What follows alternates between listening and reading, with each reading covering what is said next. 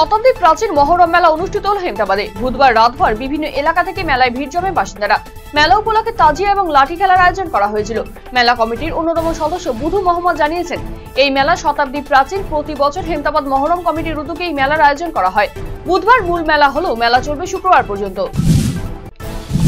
Dumper এবং ট্রাকের মধ্যে সংঘর্ষে মৃত্যু হলো খালাসির। দুর্ঘটনাগ্রস্ত ট্রাকটিতে আটকে রয়েছে চালক।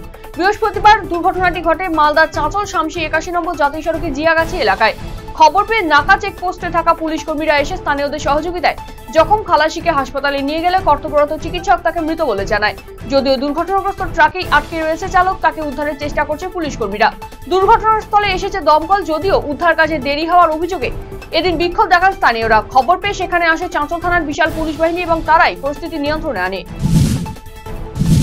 প্রাক্তন জেলা কংগ্রেস নেতা পবিত্র চন্দ্রের প্রয়াণ দিবস পালিত হল রায়গঞ্জে। বুধবার রায়গঞ্জ শহরে অবস্থিত জেলা কংগ্রেস কার্যালয়ে স্মরণ সভার আয়োজন করা হয়।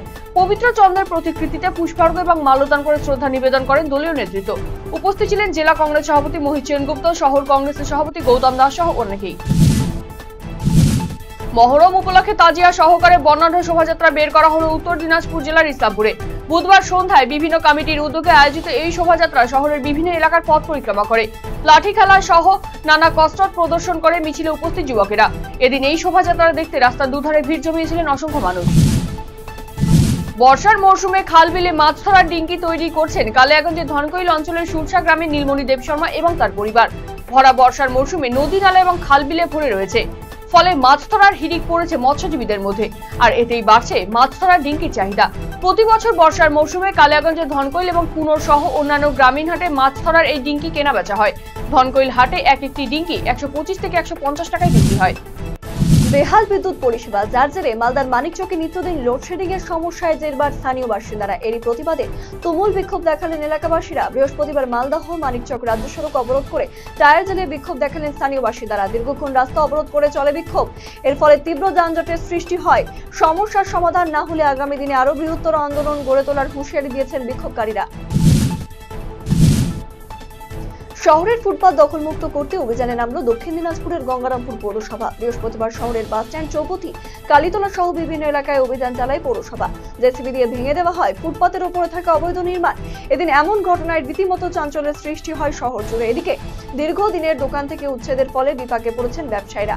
ঘটনার পর ব্যবসায়ীদের পুনর্বাসনের দাবিতে সরব হয়েছে গঙ্গারামপুর ব্যবসায়ী সমিতি। লোকো পাইলটদের বিশ্রামের সুব্যবস্থা করতে রানিং রুমগুলির পরিকাঠামো উন্নয়নে উদ্যোগী হয়েছে রেল। এরই অঙ্গ হিসেবে মালদা স্টেশনে নির্মিত হয়েছে আধুনিক প্রযুক্তি বিশিষ্ট বিশ্রাম কক্ষ বা কুল রানিং রুম। শীততাপ নিয়ন্ত্রিত এই বিশ্রামাগারে আরামদায়ক বিছানা থেকে শুরু করে সমস্ত আধুনিক ব্যবস্থাই থাকছে।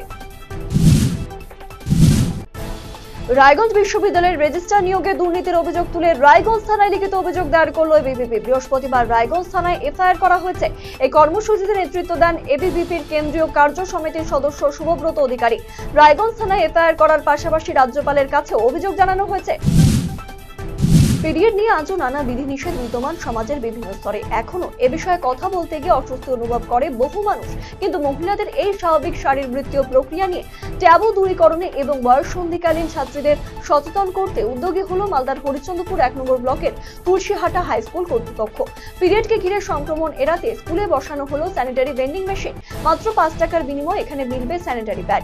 এদিন এই মেশিনের উদ্বোধনী অনুষ্ঠানে উপস্থিত ছিলেন প্রধান সুমা খাতুন, বিরোধী দলনেত্রী মহবা বিবি সহ স্কুলের অন্যান্য শিক্ষক শিক্ষিকারা। জলাশয় ভরাটের অভিযোগ পেয়ে তদন্তে এলো ব্লক ভূমি এবং ভূমি সংস্কার দপ্তর। রায়গঞ্জ ব্লকে কসবা এলাকার ঘটনা। এই এলাকায় পুরনো জাতীয় সড়কের ধারে একটি জলাশয় ভরাট করা হয়েছে। এই অভিযোগ পেয়ে তড়িঘড়ি সেখানে আসে রাজস্ব আধিকারিক আব্দুল রাফিক। এলাকার বিস্তৃত রাস্তা বেহাল। সামান্য বৃষ্টিতে জল জমে থাকছে রাস্তার ওপর। বেহাল রাস্তাতেই হাঁটু জল, কাদার মধ্য দিয়ে নিত্যদিন সাধারণ মানুষ, অফিস যাত্রী সহ স্কুল কলেজের ছাত্রছাত্রীদের চলাচলের সমস্যায় পড়তে হচ্ছে উত্তর দিনাজপুরের ইটাহার ব্লকের মারনাই গ্রামে। তবে সংস্কারের আশ্বাস দেওয়া হয়েছে পঞ্চায়েত দপ্তরের পক্ষ থেকে। ট্রাকের পেছনে সজোরে ধাক্কায় প্রাণ হারালো বাগডোগরার এক বাইক আরোহী। ঘটনাটি ঘটেছে বুধবার মধ্যরাতে বাগডোগরার অদূরে অবস্থিত ভুট্টাবাড়ি এলাকায়। পুলিশ সূত্রে খবর, মধ্যরাতে একটি বাইক দুর্ঘটনার কবলে পড়লে ঘটনাস্থলে মৃত্যু হয় ওই বাইক আরোহী যুবকের। এরপর তাকে উদ্ধার করে নিয়ে যাওয়া হয় উত্তরবঙ্গ মেডিকেল কলেজ ও হাসপাতালে। রাতে যুবকের নাম পরিচয় পাওয়া না গেলেও সকালে তার পরিচয় মেলে। জানা গিয়েছে মৃতের নাম রবি সিং, বাগডোগরার হরেকৃষ্ণপল্লীর বাসিন্দা সে। নিজের অশ্লীল ছবি ভিডিও বানিয়ে দেহ ব্যবসা করার অভিযোগ উঠল এক মহিলার বিরুদ্ধে। অপরদিকে পুরো ঘটনা অস্বীকার করেছেন ওই মহিলা। শিলিগুড়ির বাগডোগরা এলাকার এই ঘটনাকে কেন্দ্র করে ক্ষিপ্ত এবং উত্তেজিত স্থানীয় মহিলারা তার বাড়িতে চড়া হয়। ঘটনার খবর পেয়ে ঘটনাস্থলে পৌঁছয় বাগডোগরা থানার পুলিশ পুরো ঘটনার পূর্ণাঙ্গ তদন্তের আশ্বাস দিলে স্থানীয় মহিলারা নিজেদের বাড়িতে ফিরে যায়। রদবদল, গঙ্গারামপুর কলেজের পরিচালন সমিতিতে প্রাক্তন বিধায়ককে সরিয়ে পরিচালন সমিতির সভাপতি করা হলো বিশ্ববিদ্যালয়ের অধ্যাপককে। গঙ্গারামপুর কলেজের বেশ কয়েক বছর ধরে পরিচালন সমিতির সভাপতি হিসেবে দায়িত্ব পালন করছিলেন প্রাক্তন বিধায়ক গৌতম দাস। অনিয়মের অভিযোগে দক্ষিণ দিনাজপুরের গঙ্গারামপুর মহকুমার একাধিক বেসরকারি নার্সিংহোমের বিরুদ্ধে অভিযান চালালেন স্বাস্থ্য দপ্তর ও ক্রেতা সুরক্ষা দপ্তরের আধিকারিকরা। বৃহস্পতিবার প্রথমে বুনিয়াদপুর এবং পরে গঙ্গারামপুর শহরে অভিযান চালায় স্বাস্থ্য দপ্তর ও ক্রেতা সুরক্ষা দপ্তর। গঙ্গারামপুর শহরের পৌরসভা সংলগ্ন একটি সুপার স্পেশালিটি হাসপাতালে অভিযান চালায় সংশ্লিষ্ট দপ্তরের আধিকারিকরা। এদিন এই সুপার স্পেশালিটি হাসপাতালের একাধিক ইউনিট ঘুরে দেখেন দুই দপ্তরের আধিকারিকরা। রায়গঞ্জ স্টেডিয়ামে চলছে স্বর্গীয় দেবকুমার দত্ত স্মৃতি ফুটবল প্রতিযোগিতা। উত্তর দিনাজপুর জেলা ক্রীড়া সংস্থা পরিচালিত এই ফুটবল লিগে অংশ নিয়েছে জেলা ক্রীড়া সংস্থা অনুমোদিত 10টি দল।